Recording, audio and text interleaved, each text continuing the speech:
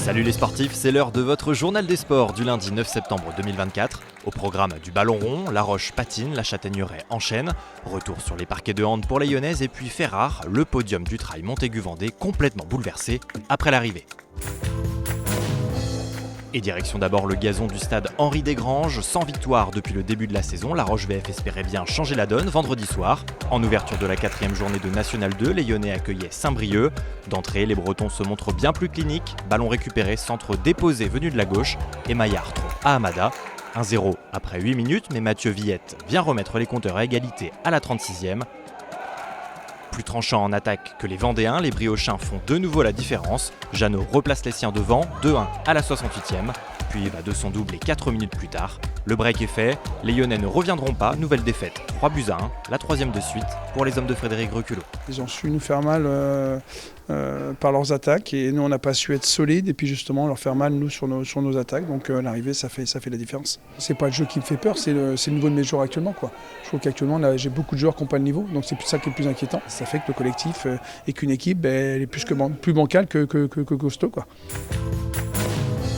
Toute autre ambiance en National 3 à la Châtaigneraie, leader surprise de leur groupe, les joueurs de Charles Devineau réalisent la passe de 3 samedi soir au stade Claude Bétard. Face à Vertou, les hommes en bleu ont pourtant joué plus de 45 minutes à 10 contre 11. À un quart d'heure du terme, nouvelle exclusion, cette fois côté visiteur.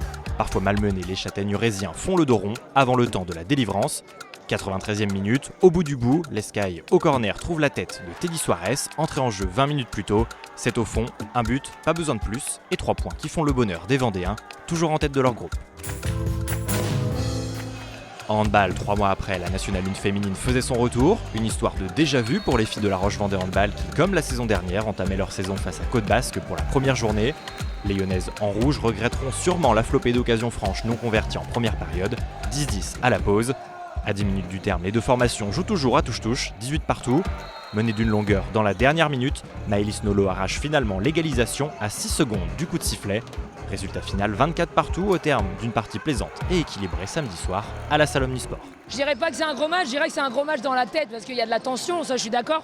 Par contre, sur l'intensité et dans le volume de jeu qu'on veut mettre en place, c'est encore très très loin. Les filles manquent de rythme, de match. Mettre 24 buts contre Côte-Basque qui venait ici avec la boule au ventre, c'est 2 points de prix mais c'est 1 point qui manque. Dimanche matin, la 5e édition du trail Montaigu-Vendée a vécu une arrivée quelque peu particulière. Parmi les 500 participants au départ, 90 coureurs se sont frottés à la plus longue distance, le 24 km. Passage par la digue, le long des bords du Maine, mais aussi par la carrière de Bellevue.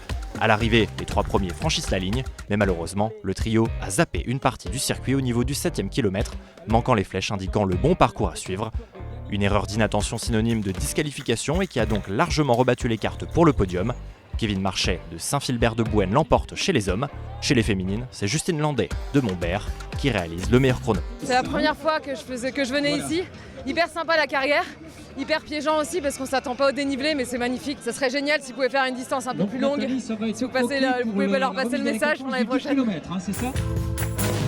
Et puis avant de se quitter, 40 bateaux, pas un de plus, pas un de moins. Après tirage au sort, l'organisation du Vendée Globe a dévoilé en fin de semaine les places qu'occuperont les IMOCA avant leur départ, sur le ponton du Vendée Globe au Sable d'Olonne.